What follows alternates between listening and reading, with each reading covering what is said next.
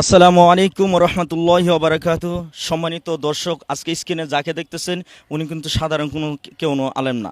উনি হলেন সালাফি আকিদা যে শায়েখ বলা হয় আহমদুল্লাহ। এই শায়েখ আহমদুল্লাহর ছাত্র, অনুসারী, অনুরাগী এবং ভক্ত, যাকে সারা বছর যিনি আমল করে আসছেন, যাকে বিশ্বাস আমল, যার জন্য জীবন কুরবানি দিতে পারে। কিন্তু আজকে আপনাদের মিডিয়ার সামনে উনি কিসের জন্য আজকে আসলেন? এই শাহ আহমদুল্লাহর ছাত্র কেন এই সালাফি আকিদা, পথভ্রষ্ট আকিদা ছেড়ে উনি কেন আহলে সুন্নাত ওয়াল জামাতে সুন্নি আকিদা আসতে চাচ্ছেন? আসুন আমরা সরাসরি, আমি নিজে বলবো না, আসুন ওনার যে অনুসারী ছাত্র ওনার কাছ থেকে শুনি উনি কিসের জন্য এই পথভ্রষ্ট সালাফি আকিদা ছেড়ে আজকে সুন্নি জামাতে আসতে চাচ্ছেন। জি হুজুর, আমরা মিডিয়ার মাধ্যমে আজকে আপনি বলেন যে কিসের জন্য, যে আপনি কি কোনো আপনাকে কেউ যুদ্ধ অবস্থা করা হচ্ছে, বা আপনি কোনো কিছু চাপে পড়ে কি আপনি এই ভ্রান্ত আকিদা ছেড়ে দিচ্ছেন, না আপনি কিসের জন্য, এটা একটু মিডিয়ার মাধ্যমে বলুন, দেশবাসী জানুক। আসসালামু আলাইকুম রহমতুল্লাহি ওবরাকাতু। আলহামদুলিল্লাহ, আশা করি সকলেই ভালো আছেন। আমি অনেক বড় কষ্ট নিয়ে আমি আপনাদের সামনে আসছি। আমি শায়েখ আহমদুল্লাহকে অত্যন্ত ভালোবাসি, ওনার ছাত্র। ওনাকে আমি ওনার ওয়াজ নসিহত আমি অনেক শুনি, এর উপরে আমি অনেক আমল করতাম। শায়েখ আহমদুল্লাহ এদারিং আমি সোশ্যাল মিডিয়াতে শুনছি, দেখেছি, নিজের চোখে দেখেছি। শায়েখ আহমদুল্লাহ আমার নবীকে নিয়ে অনেক কথা বলেছি। কথাটা হচ্ছে কি, শায়েখ আহমদুল্লাহ উনি বলেছে যে আমার নবী 40 বছর পূর্বে নবী ছিলেন না, কিন্তু আমার নবী 40 বছর পূর্বে নবী ছিলেন, এখনও আছে, আজও থাকবে, কিয়ামত পর্যন্ত থাকবে, এবং হাসরে মিজানেও আমার নবী থাকবে।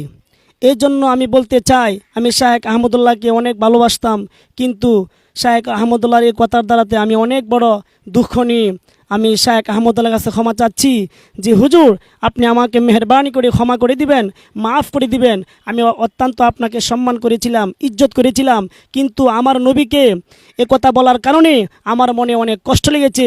কিন্তু আপনি কথাটা বললেন, কিন্তু এ কথাটা একমাত্র প্রতিবাদ করেছে পীর মুফতি গিয়াসউদ্দিন আত-তাহারি। উনি অত্যন্ত সুন্দর আলোচনা করে এবং অত্যন্ত মানুষকে উনি প্রতিবাদ করে, কিন্তু আর কেউ প্রতিবাদ করলো না। কিন্তু আমি শেষ মুহূর্তে শায়েখ আহমদুল্লাহর কাছে ক্ষমা চাচ্ছি, আপনি আমাকে মাফ করে দিবেন। আমি এই আকিদা ছেড়ে আমি আহলে সুন্নাত ওয়াল জামাতের আকিদার মধ্যে চলে আসলাম। সকলে আমার জন্য দোয়া করবেন, আমি যেন হক পথে কিয়ামত পর্যন্ত থাকতে পারি।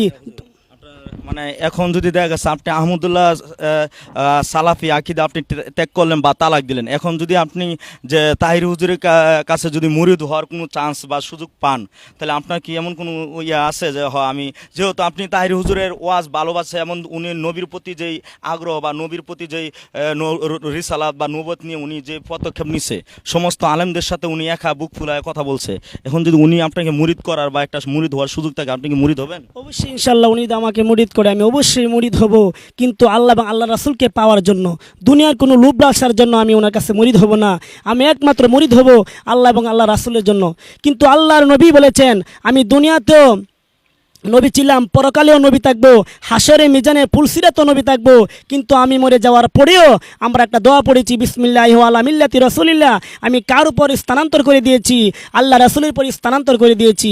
অবশ্যই আমি যদি আল্লাহর নবীকে ভালোবাসি, মোহাব্বত করি, অবশ্যই হাসরের দিন মিজানে ফুলসিরাতে কবরে আল্লাহর নবী আমার জন্য সুপারিশ করবে। আর আল্লাহর নবী যদি আমার জন্য সুপারিশ করে, আমি বিনা হিসেবে আল্লাহ রাব্বুল আলামিন আমাকে জান্নাতবাসী করে দিবেন। আমিন। আজকে কি বলবো, মানে আজকে আমি মনে করি তাহিরি সাহেব যে আজকে যে প্রতিবাদ করছে, আজকে সার্থকতা হয়েছে। এর সার্থকতা হয়েছে কারণ আজকে একজন আলেম যখন এই সালাফি আকিদা, পথভ্রষ্ট আকিদা ছেড়ে আজকে সে যেই আকিদা, যে ধর্ম সাহাবী তাবেইন ওলিয়াল্লাহ গাউস কুতুব এতদিন লালন পালন করে আসছে, সে আজকে পথভ্রষ্ট আকিদা থেকে আজকে সেই আকিদা আসছে, আমি মনে করি হয়তো তার পথে হেদায়েতের নসিব দরজা খোলা ছিল, এই জন্য কবুল হয়েছে। এজন্য আমি বলবো বাংলা যুবকরা, আপনারাও ঠিক এরকমই, আজকে সে যদি সে উস্তাদ তার শায়েখ সেও ভালোবাসত, কিন্তু সে রাসূলের চেয়ে বেশি ভালোবাসে না, রাসূলের চেয়ে বেশি মহব্বত করে না। রাসূলের জন্য সে মা বাবা কেন সারা পৃথিবী তার জানটা যদি ছাড়তে পারে, তাহলে সে হলো মুমিন। হাদিস শরীফে আছে, লা ইউমিনু আহাদুকুম হাত্তা আকুনা আহাব্বা ইলাইহি মিন ওয়ালিদিহি ওয়া ওয়ালাদিহি ওয়ান নাসি আজমাইন, যে পৃথিবীতে ছেলে মেয়ে বিবি ধন সম্পদ বাড়ি গাড়ি নারী এবং নিজের জানের চেয়ে যতক্ষণ না বেশি নবীরে ভালোবাসবে ততক্ষণ পর্যন্ত মুমিন হতে পারবে না। তাহলে আজকের আমার এই ভাই, সে হোক কওমি গণনা আলেম বা সালাফি আকিদা পোষণ করতো, কিন্তু আজকে যেহেতু সে তওবা করে, জাতির সামনে তওবা করে সে আহলে সুন্নাত ওয়াল জামাতে, যেটা একমাত্র নাজাত প্রাপ্ত দল, যে পথে ছিল সমস্ত ওলি আল্লাহ, গাউস কুতুব, পীর মাশায়েখ, আল সাহাবী, তাবেইন ছিল, আহলে বায়াত ছিল, ইমাম হাসান হোসেন যে পথে মতে লালন পালন করেছিল, সেই পথে যখন আসছে, আমি আপনাদের কাছে অনুরোধ, যে যুবকরা বুঝতেছেন না, মানতেছেন না, আপনারাও একদিন ঠিকই বুঝতে পারবেন। আপনারা হেদায়েতের পথে আল্লাহ যেন সকলকে কবুল করে। আমিন। আজকের জন্য বিদায় নিলাম। আসসালামু আলাইকুম ওয়া রাহমাতুল্লাহি ওয়া বারাকাতুহু।